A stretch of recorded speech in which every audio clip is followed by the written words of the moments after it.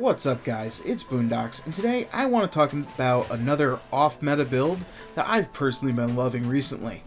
Now this makes use of the Mecha mod set, which is a highly underused mod set that is spread out across your Warframe and your pet.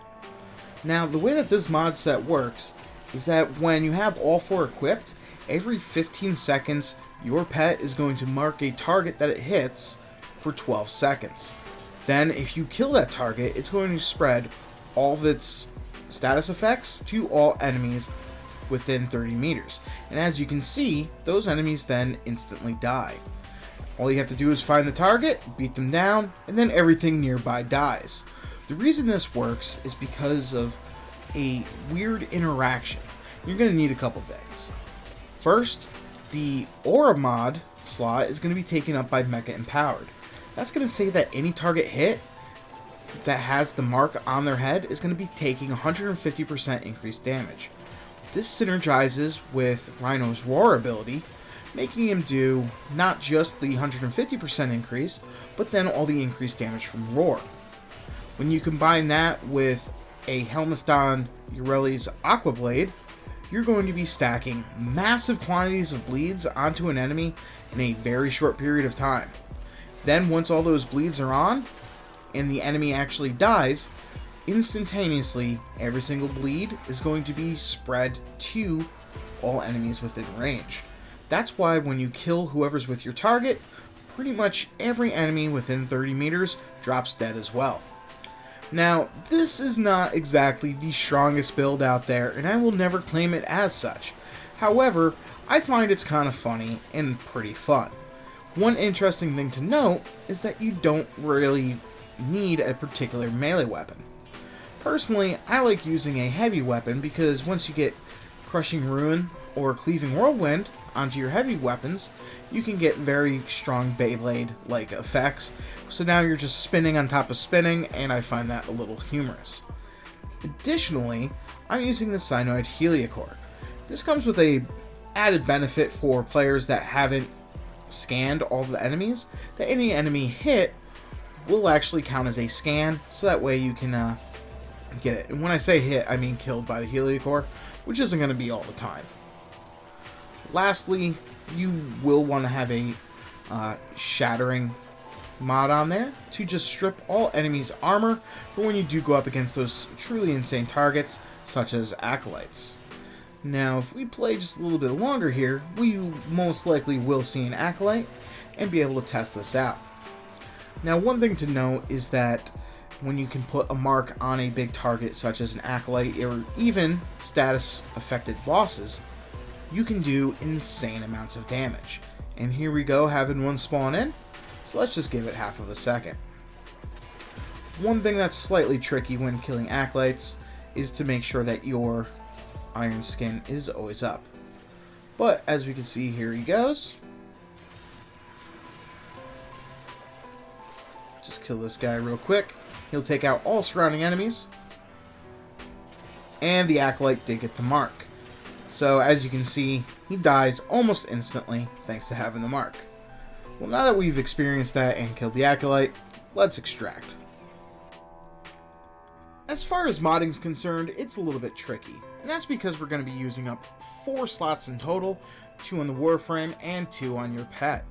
Now, this is absolutely imperative because you do need all 4 in order to make the fun mecha powers viable. Now, Mecha Pulse isn't really necessary at all, and if we could drop one, it would definitely be this, but that's why you leave it underleveled and you won't have to worry. Now, Mecha Empowered is where we're going to have that synergy increased damage. And obviously you will need a Forma in order to slap this in properly. Umbral Fiber and Umbral Intensify will increase our Iron Skin ability, as well as Umbral Intensify increasing Roar and Aqua Blades. For the same reason we're going to be using Blind Rage. Blind Rage does seriously negatively affect your power efficiency, and that can make casting Iron Skin along with your other abilities a little bit difficult at times. So to make up for that, I actually prefer using Prime Flow over any efficiency mods. The reason being, this will give you more than enough energy pool to be able to cast all 3 while not having to cast them constantly.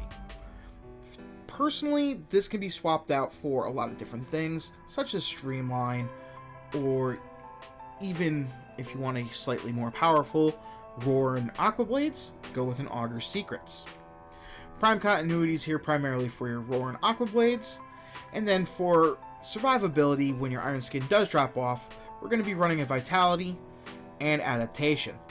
Now, if you personally want something such as Rolling Guard, you can probably swap that in for Vitality with no issue. As far as our Arcanes are concerned, Arcane Energize, which will directly feed into your Prime Flow, and this is why I prefer it over Efficiency. If you don't have an Arcane Energize, Arcane, or increasing your efficiency with Streamline might be the better option.